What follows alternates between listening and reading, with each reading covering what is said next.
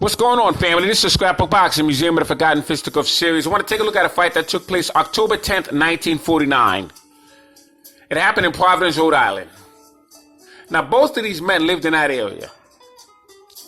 And I want to kind of go through this fight with you, and I want to give you some of my comments at the end of my statement here. But there's a reason why I'm bringing this fight up. And it took place between Tiger Ted Laurie and Rocky Marciano. Rocky Marciano was known as the Brockton Blockbuster. He was from Boston, Massachusetts. And before I do, I want to go through their profiles as well as their careers, just to kind of set this up a little bit.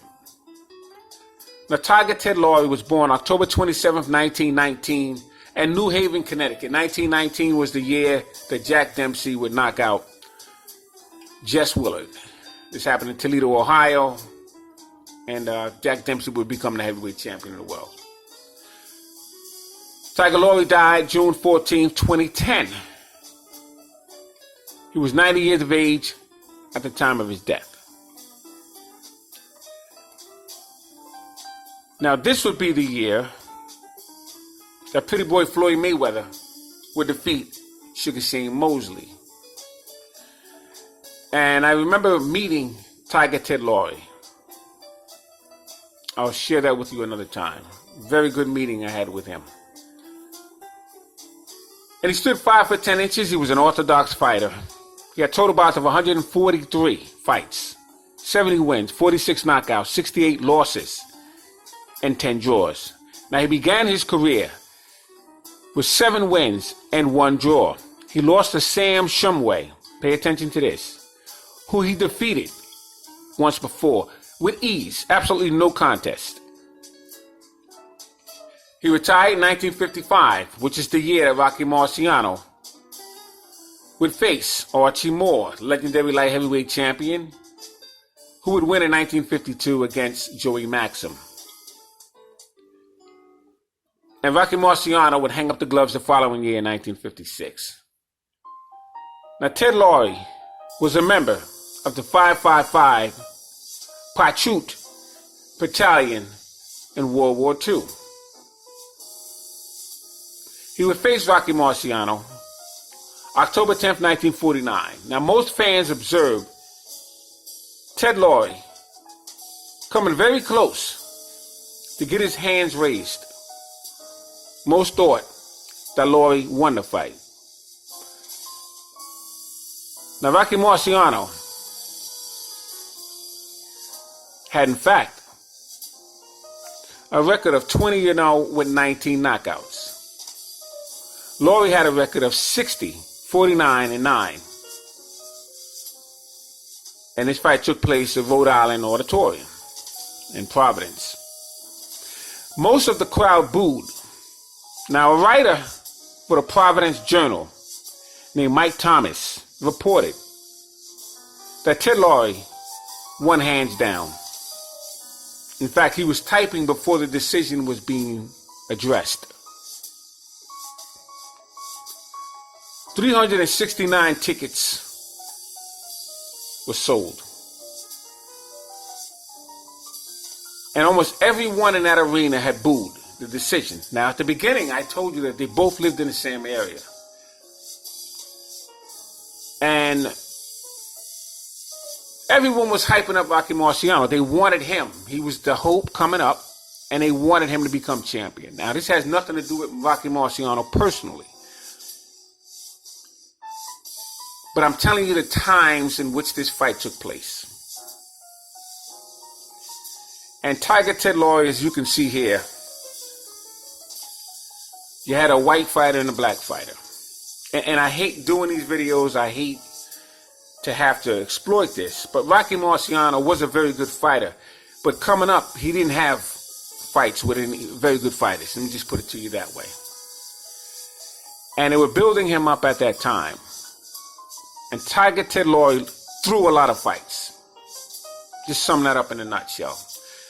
One of the reasons of the 68 losses. He probably threw half of those losses in the garbage. And he realized that, at this point, he was in it for the money. And just like Cody Wallace, Rocky Marciano couldn't defeat these guys. on a good night. But Rocky Marciano was one of my favorite heavyweights because of his explosiveness, his resiliency. He refused to lay down, he refused to lose. In fact, he came back from several fights to win and knock his opponent out, as he did with Jersey Joe Walcott and Archie Moore. And these men were over the, well, I wouldn't say over the hill, but they were up in age at that time. And notice how I told you that Ted Laurie had retired in 1955. Now, this fight took place in 49.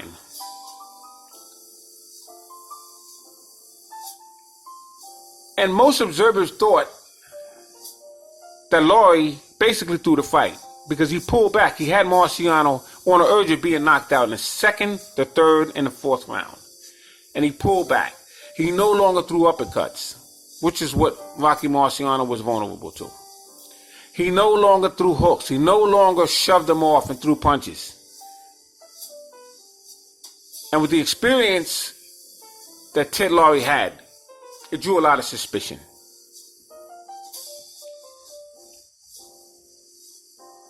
So Marciano wound up with a fighting record of 49-0.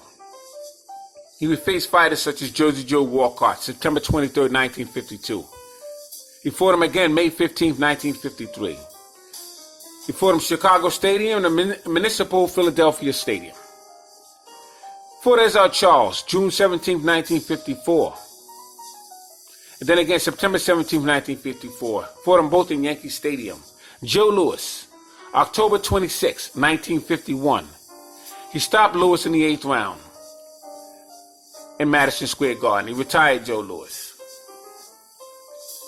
Now, all these men were over the age of 30 at that time. Fought Harry Kid Matthews, July 28th, 1952. Fought him in Yankee Stadium. Knocked him out in the second round. Roland Estrada from the Bronx, New York, September 24th, 1953. 11 rounds, the Polo Grounds. Don Calco, May 16th, 1955. KO'd him in 9 rounds, San Francisco, California. Don Calco was originally a middleweight, and he moved up to the heavyweight division. He fought Archie Moore, September 21st, 1955. Stopped him in 9 rounds, Yankee Stadium. Archie Moore should have retired 10 years before that. So the point I'm making here,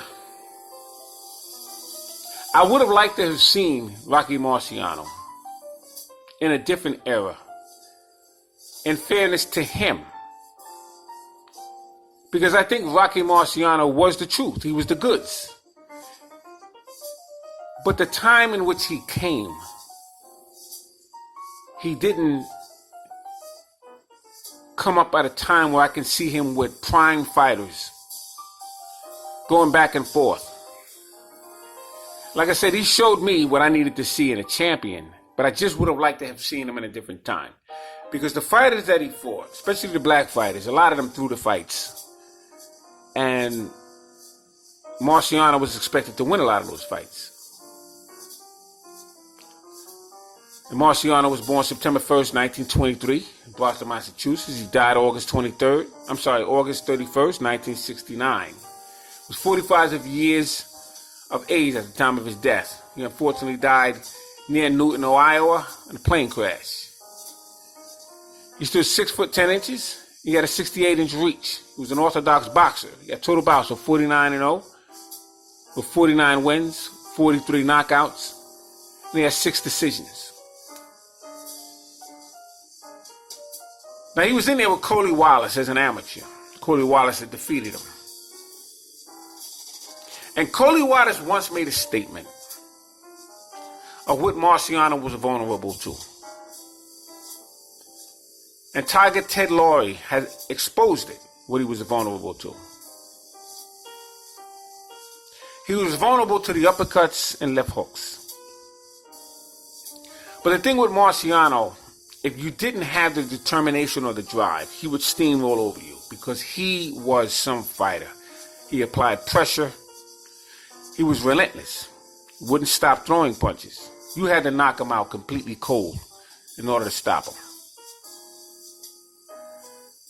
But fighters like Joe Louis in his prime,